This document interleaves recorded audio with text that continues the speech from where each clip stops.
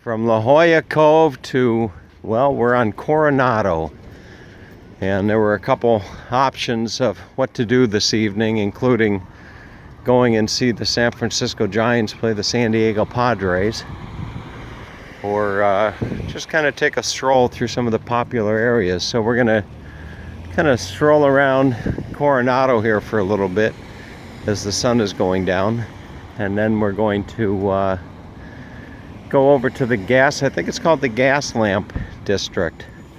So with that being said, I'm gonna turn the camera over to Mercedes and let her kind of walk and talk, and she can narrate the rest of this this video. Okay, no, so baby, you just start talking. Just talk about anything, okay? Yeah, just talk. Just do it, baby. You know, talk about this nice woman here, or just talk about anything. You know, I mean, that's all you have to do when you do these videos. You know, you just walk and you talk. Okay? Okay. Well, I guess not everybody's cut out to walk and talk like I am. But anyway, so we're just gonna take a stroll. Coronado's got a really nice feel to it. Kind of a laid back type of a feel. Rather quiet. It is a right now it is a Friday night at about 6:15, 6:30, and rather quiet. A nice kind of quiet. So there is the famous, I believe that's a famous hotel right down ahead of us. We're going to take a walk down there, and before we head over to the Gas Lamp District here at San Diego. This will be the second to the last evening of our trip. So tomorrow we will wake up and head up to Beverly Hills and Rodeo Drive. I think Mercedes will enjoy ending her trip on Beverly Hills on Rodeo Drive. But for right now, we're just going to concentrate on Coronado and San Diego. And here is a thought the gentleman was holding a bird, but he's doing his own mindless babble. All right. Welcome to Hotel del Coronado, restaurant, shop, spa at the Del. No vehicles beyond this point. So, really is. I never heard of this hotel. I seem to recall seeing pictures of it,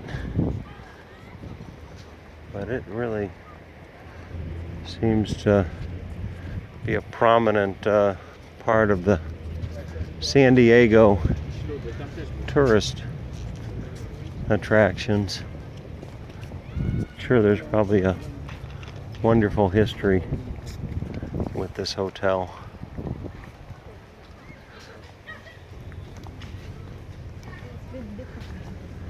Some folks sitting out in front of a nice fire there.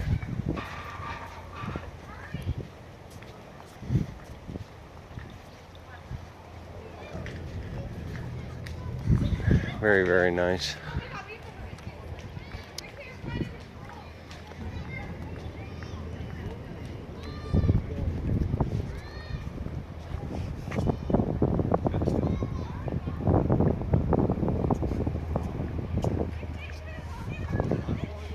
Just beautiful. I don't want anyone to tell me anything.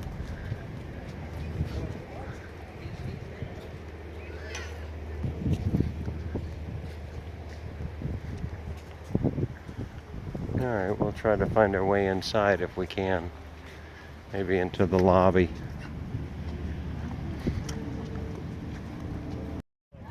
Alright, I found my way to, well, what would appear to be the main part of the hotel. Look at this. What a beautiful, beautiful spot. Kind of reminds me of the Grand Wailea in Maui, or the What was that other hotel that I just went to in Charlevoix up in Michigan? Boy, that's a beautiful, beautiful building.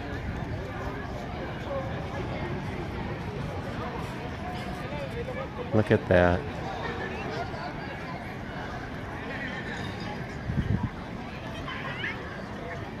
I would imagine this is probably artificial turf.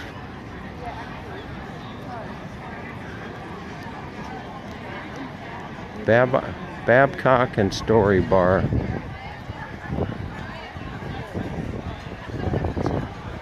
Let's see if I can't find my way inside. There you would have the front of the hotel. Just gorgeous. What a beautiful, beautiful hotel. It looks like there's a stained glass window right up on the front facade. Alright, I found my way to the front of the hotel, and it is simply spectacular. Look at this. Just gorgeous.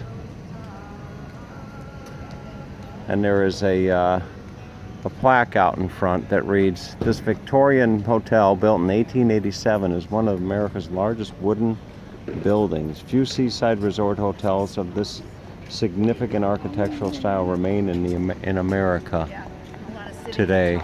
And it's hosted several presidents and other national figures as well. So I'm going to see if I can't just walk into the lobby. All right, here is here's the lobby coming in. Just gorgeous.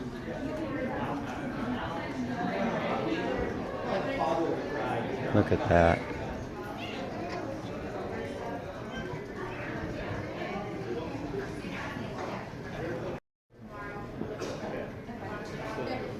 Just a beautiful, beautiful building.